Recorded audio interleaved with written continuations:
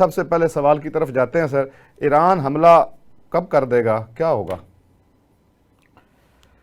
देखिए, इसमें बहुत से पेचीदगियाँ हैं। ईरान अभी इस तरफ देख रहा है, जो मतलब वेस्टर्न मीडिया को उनके लोगों ने, मतलब ईरानियों ने बताया है, मतलब जो बैरून मुल्क मुकीम है, या उनके जो सिफारतकार हैं उन्होंने बताया।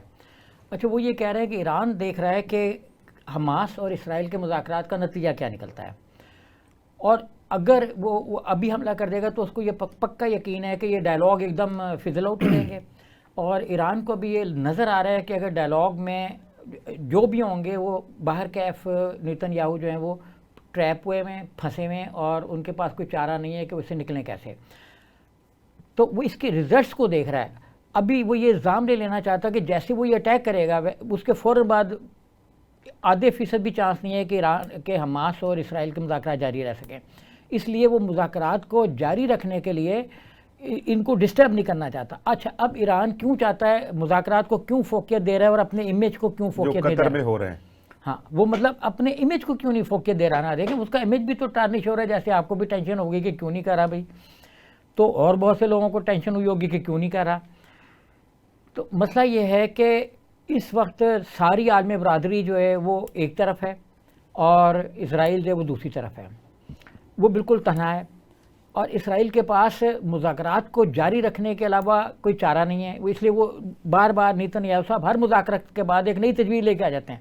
मतलब जितने भी अब तक मुज़ाकरात हुए हैं वो इसलिए बेनतीजा रहे हैं कि वो एकदम एक नई प्रपोज़ल लेके आ जाते हैं कि ये जो है ये अब इसको ये शामिल कर लें। तो इसलिए मुज़ाकरात तूल पकड़ रहे हैं और ईरान नहीं चाहता कि मुज़ाकरात ख़त्म हो, इसलिए वो थोड़ा सा अटैक को डिले करेगा। बाकी सफबंदी सारी है जी। देर इस वजह से हो रही है कि वो चाहता है कि डायलॉग का सिलसिला जो है वो कंटिन्यू रहे, मेरे हमला करने की वजह से वो जो है डिस्टर्ब ना हो जाए। यहाँ तक तो ये तो वजाहत होगी सर।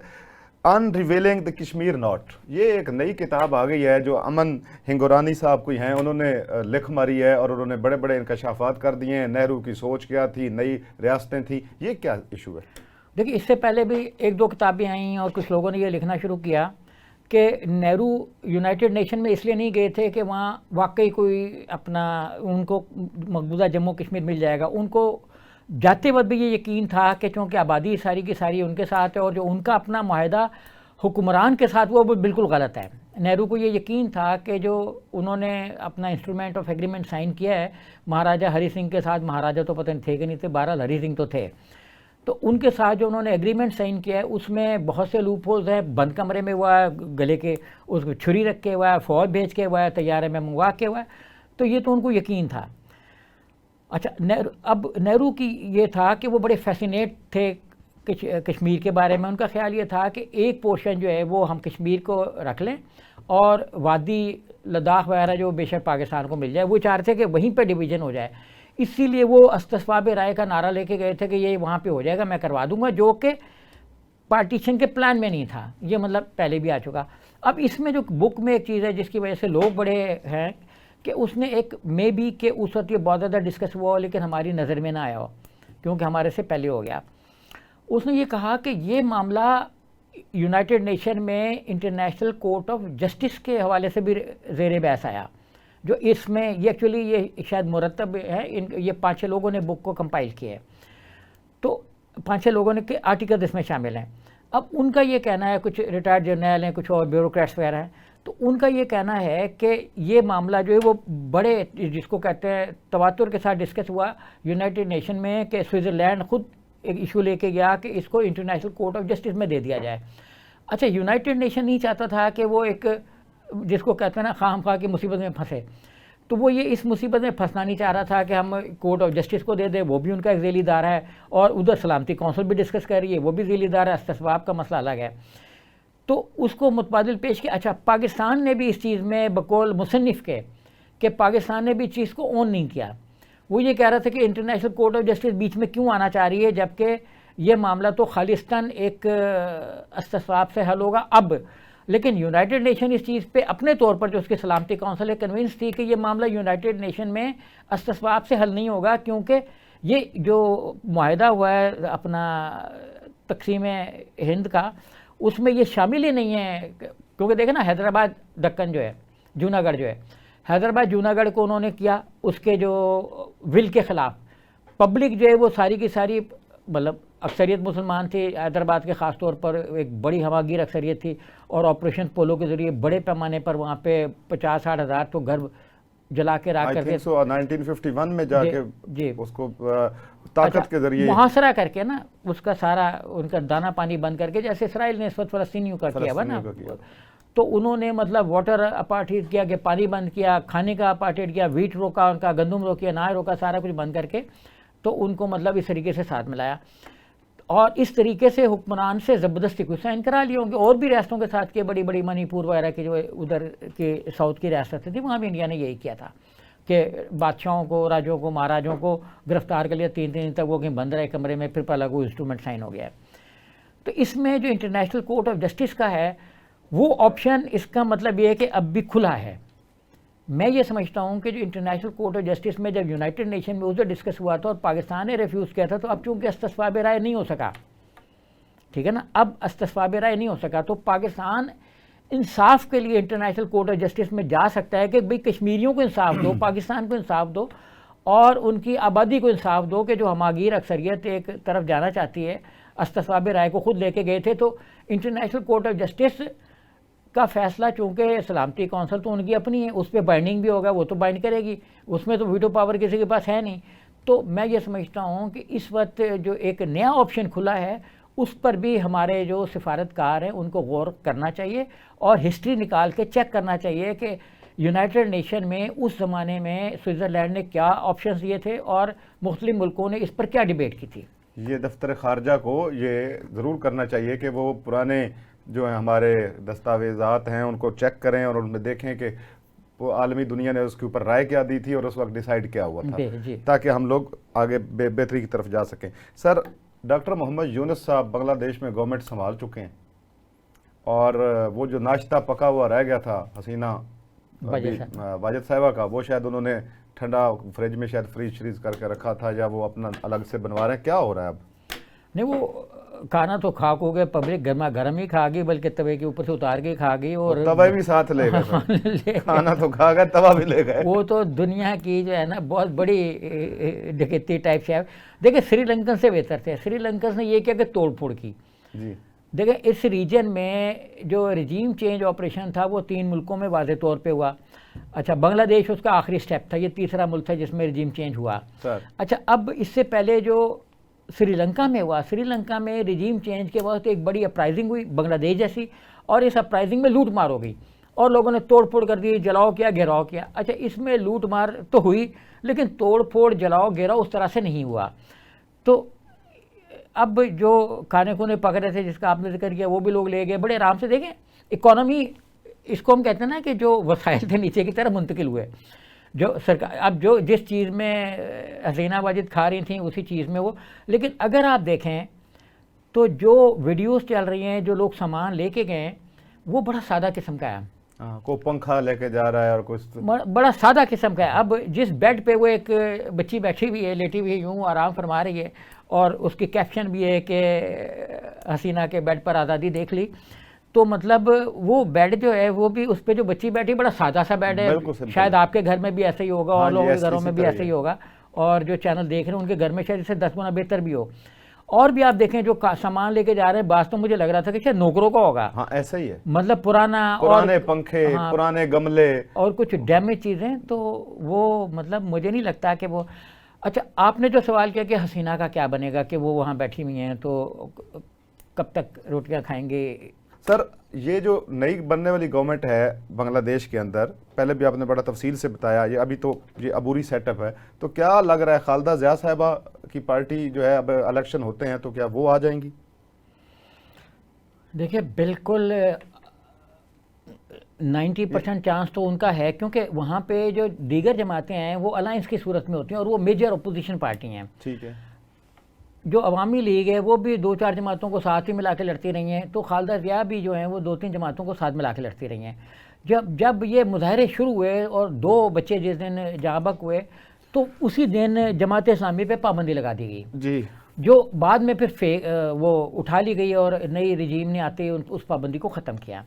अच्छा, जमात इस्लामी ऑलरेडी अलायंस के साथ है अपना खालिदा ज़िया की पार्टी के साथ, इसीलिए मतलब इंडियन मीडिया ये प्रोपेगेंडा कर रहा है, और इसी पे जो पीछे की मेरा ख्याल है बात आपने की थी, मैं इस पे नहीं कह सका, अमेरिका को जब इन्वॉल्व किया था, तो जब उन्होंने कहा कि ये बैरूनी साजिश है फलाना है, तो एक्चुअली इस पे फिर अमेरिकन जो स्टेट के तर्जुमानों से सवाल हुआ।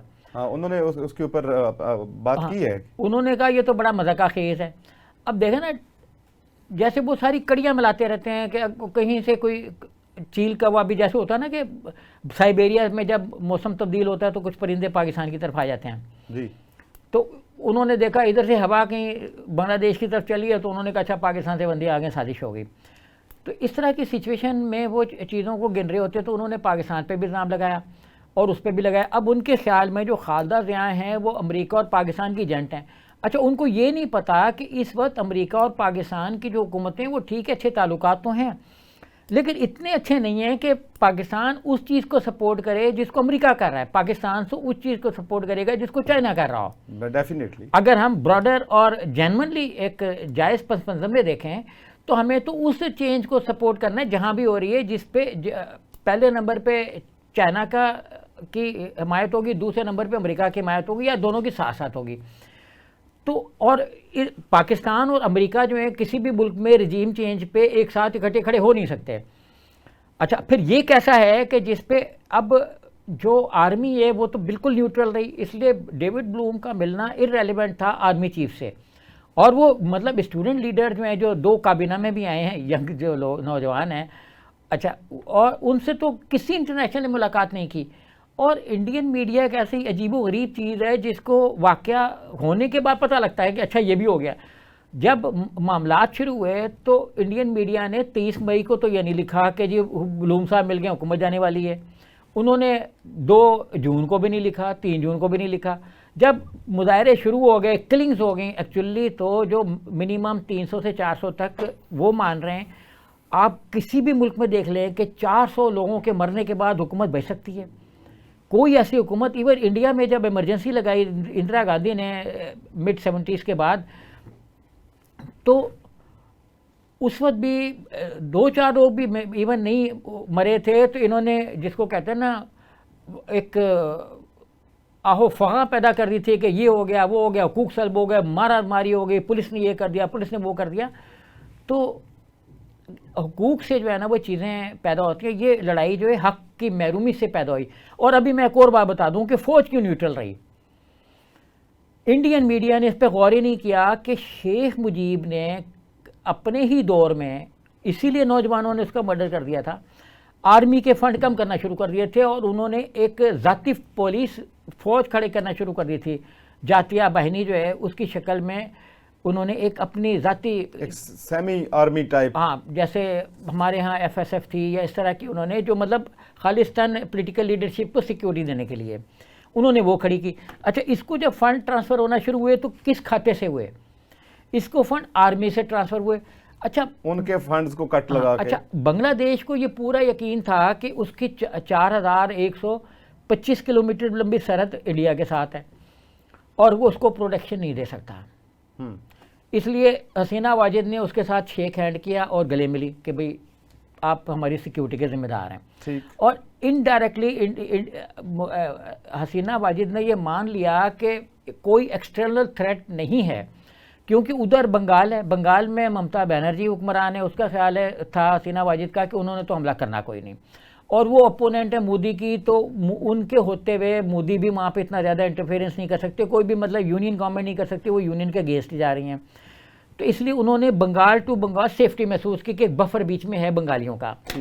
तो इसलिए उन्होंने फ़ौज के बजट कम करना शुरू कर दिए और एंड तक ये बजट 50 to 60% जो पहले थे वो कट होकर 13% पे आ गए। ग्रेजुअली कम होता गया। अब आप देखें कि अगर किसी को 50 रुपये मिल रहे हैं और वो 13 रुपये मिलना शुरू हो जाएं, बिल्कुल, वो तो फिर तो वो क्या करेगा? आर्मी की जो फैसिलिटीज़ इंडिया ने काम की, आर्मी में जो रिक्रूटमेंट का फार्मूला चेंज करके अग्निवीर को जब उन्होंने एप्लीकेबल किया तो कितना क्राइसिस आ गया इंडिया में, और सारा यूथ बाहर आ गया था और उन्होंने ट्रेनें जला भी दी थी, तोड़फोड़ भी की, और ट्रेनें तो मतलब एक उसके तौर पे ना बाकी सारा जो फेडरल गवर्नमेंट के स्ट्रक्चर था बर्बाद कर दिया। फिर उन्होंने कहा कि नहीं हमारे अपने हैं, हमारे अपने हैं, तो उस पे मुकदमे तो नहीं बने यूएपीए के टेररिज्म के, लेकिन एक ह्यूज क्राइसिस आया और यही जो वो यूथ थी जो बाद में अलग हो गई मोदी से। अभी मैं एक और पॉइंट जो जिस पे लोगों ने गौर नहीं किया कि इंडिया में मोदी साहब क्यों हार गए। ये यूथ जो थी ये जाना चाह रही थी आर्मी में, ये इनकी बेसिक ट्रेनिंग जो थी वो थी आरएसएस की। आरएसएस के जवान जहाँ जाते थे वो उनकी सिविल मिलिट्री एस्टेब्लिशमेंट थी।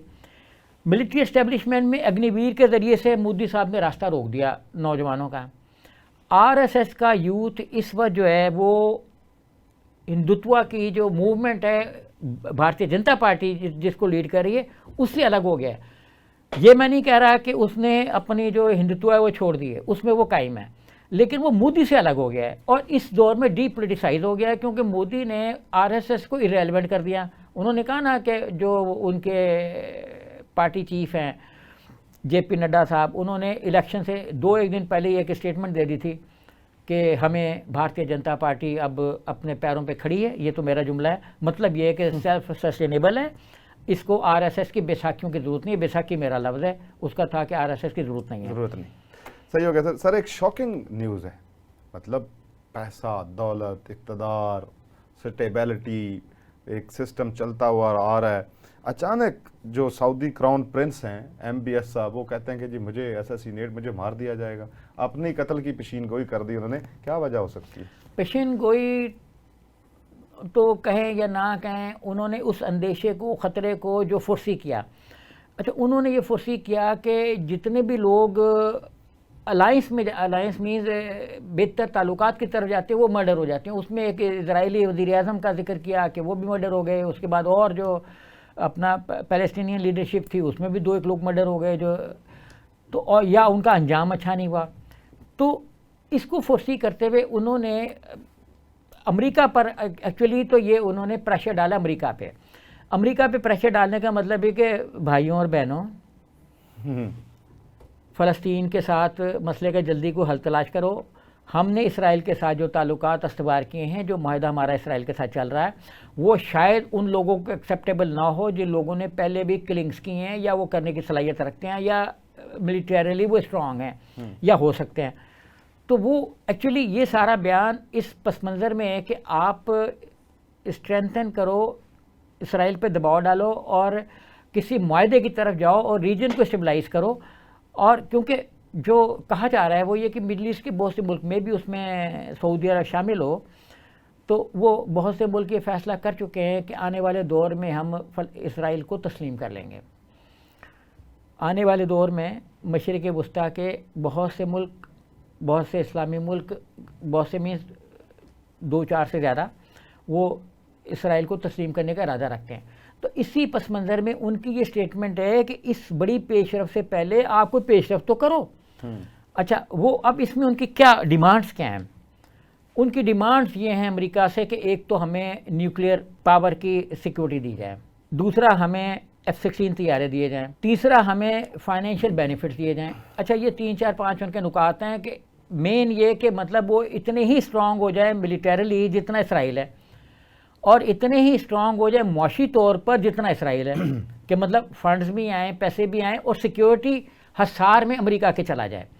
मतलब उनका मेन परसेप्शन ये है कि अभी तो उनको सारा कुछ देखना पड़ा ना, मांगता करना पड़ रही है, तो वो चाह रहे हैं कि हम अमेरिका की सिक्योरिटी एक छतरी जो है उसके नीचे चले जाए। देखें, दुनिया में 2-3 तरह के निज़ाम चल रहे हैं। एक हम कह सकते हैं कि सिक्योरिटी का वर्ल्ड ऑर्डर है, इसमें अमेरिका चैम्पियन है, उसके तो कोई दूर दूर तक साथ नहीं है। अमेरिका के 2 जहाज़ अभी मिडल ईस्ट में फिर रहे हैं जो ईरान के हमले को रोकने के लिए, और उधर ब्रिटेन ने भी, नई गवर्नमेंट ने भी। बहुत शुक्रिया सर, आज का प्रोग्राम हमारे व्यूअर्स के लिए, मैं उम्मीद करता हूं जब वो देखेंगे तो बड़ा ही उनके लिए इंफॉर्मेटिव रहेगा और बहुत ही उनके लिए मालूमाती, जैसा कि आलमी मालूमात प्रोग्राम का नेम है। ईरान के हमले के हवाले से बात की गई, मकबूजा कश्मीर के लिए अनरिवेलिंग द कश्मीर नॉट जो बुक आई है उसके ऊपर मरगूब साहब ने बहुत तफसील से बात की। बांग्लादेशी अबूरी सेटअप जो है उसके मुतल्लिक, और खालिदा ज़िया अगर इलेक्शन होते हैं तो वो आती हैं या नहीं आती, और फिर हसीना साहिबा कहाँ पे सब्ज़ी खाती रहेंगी। फ्रांस ने भी नो कर दिया, इंग्लैंड ने भी नो कर दिया, ऑस्ट्रेलिया ने भी नो कर दिया, तो अब वो जो है वो जिस हसार में ले गए थे शायद उससे बड़े हसार में उनको वापस फेंक दें, ये भी आपको पता चल गया। सऊदी क्राउन प्रिंस जो हैं उन्होंने जो है वो इंटरनेशनली तनाजुर में बात की है कि मैं जिस टाइप के इक़दामात मैं कर रहा हूँ उस टाइप में पहले फ़लाँ शख्स या फ़लाँ लीडरान जो हैं वो जो मारे जा चुके हैं, तो शायद मैं भी मर्डर कर दिया जाऊँ। और लास्ट में जो सर ने बात की कि अरशद नदीम बिलाशुबा पाकिस्तान का फ़ख्र हैं और उन्होंने पाकिस्तान का झंडा सर बुलंद किया है, वो और उनको जो मिलने वाले इनामात हैं वो भी बिलाशुबा उनको मिलने चाहिए। गवर्नमेंट का भी बड़ा एहसन इकदाम है, सीएम पंजाब का भी, फेडरल गवर्नमेंट का भी, आर्मी चीफ का भी, जिन्होंने उसको बड़े एजाज़ात से नवाजा है। वो एक बच्चे का जिक्र कर रहे हैं जो 53 ममालिक में से किरात के मुकाबले में विन करके आया, उसको सिर्फ 2 लाख रुपए मिले हैं। तो थोड़ी सी तवज्जो जो है इस तरफ भी होनी चाहिए। और इंशाल्लाह शोएब मरगूब और हामिद बहलोल को दीजिए इजाज़त। इंशाल्लाह मुलाकात होगी अगले प्रोग्राम में किसी आलमी टॉपिक के साथ। खुदा हाफिज़।